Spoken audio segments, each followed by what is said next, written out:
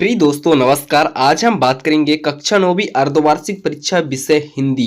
जी हाँ दोस्तों, जो 4 नवंबर को आपका पेपर होने वाला है कक्षा 9वीं विषय हिंदी का पूरा रियल पेपर 100% रियल पेपर और साथ में इसके फुल सोल्यूशन के बारे में भी बात करेंगे। जी हाँ दोस्तों, आपने सही सुना।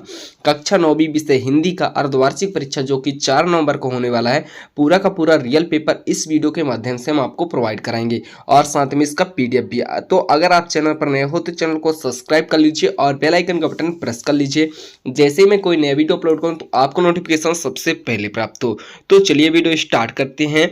2025-26 का ये निर्देश दिया गया है दोस्तों, आपके स्क्रीन पर आप निर्देश देख लेंगे और ये इंग्लिश भाषा में नहीं है, यानी एक ही लैंग्वेज में दिया जाएगा। तो पहले हम बात करेंगे सही विकल्प की। तो सही विकल्प में हमारा पहला प्रश्न क्या है, ललधत किस भाषा के कवियत्री थी? ब्रजभाषा, अवधी, कश्मीरी या हिंदी?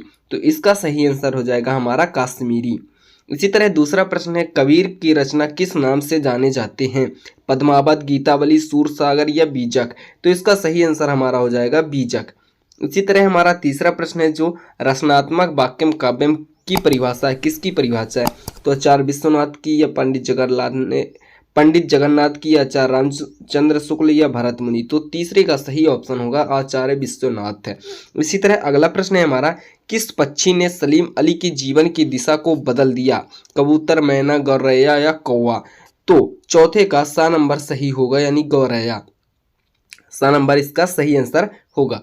इसी तरह पांचवा क्वेश्चन है, पंचतंत्र में किस में समास है? पंचतंत्र में कौन सा समास है? तो द्विगु समास है। जी दोस्तों, कौन सा समास है? तो द्विगु समास है। इसी तरह अगला क्वेश्चन है, राम स्वरूप ने रतन से क्या मंगवाया? राम स्वरूप ने रतन से क्या मंगवाया? तो दूध मंगाया था। क्या मंगाया था दोस्तों? दूध।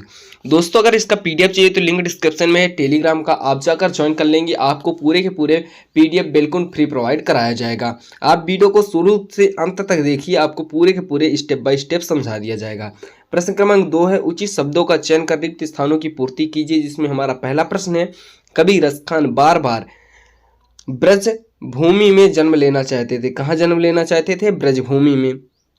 इसी तरह दूसरा प्रश्न है हमारा, काली लहर कल्पना काली पंक्ति में कौन सा अलंकार है? तो अनुप्रास अलंकार है। कौन सा अलंकार है दोस्तों? अनुप्रास अलंकार। इसी तरह तीसरा प्रश्न है, वीर रस का स्थायी भाव क्या होगा? तो वीर रस का स्थायी भाव उत्साह होता है। इसी तरह तीसरा प्रश्न है, तिब्बती लोग टोटीदार बर्तन को जग कहते हैं। क्या कहते हैं? जग कहते हैं। वे शब्दांश जो शब्द बनाते समय आरंभ में लगते हैं उसे हम उपसर्ग कहते हैं। और नानी के मन में डॉट डॉट की आज़ादी के प्रति जुनून था, तो देश के प्रति आज़ादी के जुनून था। इसी तरह हम सत्य असत्य की प्रश्न करेंगे। तो अगर वीडियो अच्छा लग रहा हो दोस्तों तो वीडियो को लाइक करके चैनल को सब्सक्राइब जरूर कर लीजिए, क्योंकि और भी सब्जेक्ट के वीडियो हमारे चैनल पर उपलब्ध कराते रहेंगे तो आपको नोटिफिकेशन सबसे पहले मिले। तो हमारा सत्य असत्य में क्या है? पहला प्रश्न, कैदी और कोकिला के कवि सुमित्रा नंदन पंत थे। तो इसका आंसर होगा यह गलत है। और रस के 4 भेद होते हैं, नहीं को। गांधी जी के अनुसार हमें अपनी बुनियादी पर कायम रहना चाहिए, यह सत्य है।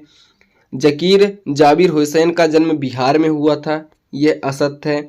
और हाथ का तस्मस रूप हस्त होता है, यह सत्य है।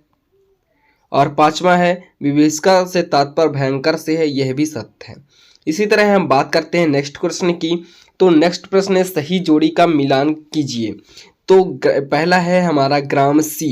जी दोस्तों, पहला हमारा क्या है? ग्रामसी। तो पहले का होगा स्वर संधि। काव्य की शोभा बढ़ाने वाले तत्व को कहते हैं अलंकार। प्रेमचंद के फटे जूते, तो इसमें क्या होगा? हरिशंकर सिंह परसाई। और भानु प्लस उदय, इसका होगा निपात शब्द। भी ही तक, यह होगा रतन। और घर का नौकर था, गलती हो गई, घर का नौकर था रतन और भी ही तक सुमित्रा नंदन पंत होगा। दोस्तों यह रहे पूरे के पूरे सही जोड़ी। इसी तरह हम एक वाक्य में उत्तर बात कर लेंगे। तो अगर आप चैनल पर नए हो तो चैनल को फटाफट सब्सक्राइब करके बेल आइकन का बटन जरूर प्रेस कर लीजिए। जैसे ही मैं कोई नया वीडियो अपलोड करूं तो आपको नोटिफिकेशन सबसे पहले प्राप्त हो। एक वाक्य में उत्तर में हमारा पहला प्रश्न क्या है? मनुष्य ईश्वर को कहाँ कहाँ ढूंढता फिरता है? तो कहाँ कहाँ ढूंढता है ईश्वर को? जैसे मंदिर, मंदिर, मस्जिद, मस्जिद और कैलाश में ढूंढता फिरता है, कैलाश। इसी तरह दूसरा है, कविता के शाब्दिक अनुशासन को क्या कहते हैं? छंद कहते हैं। क्या कहते हैं दोस्तों? छंद, छंद कहते हैं। दूसरे के आंसर रहा।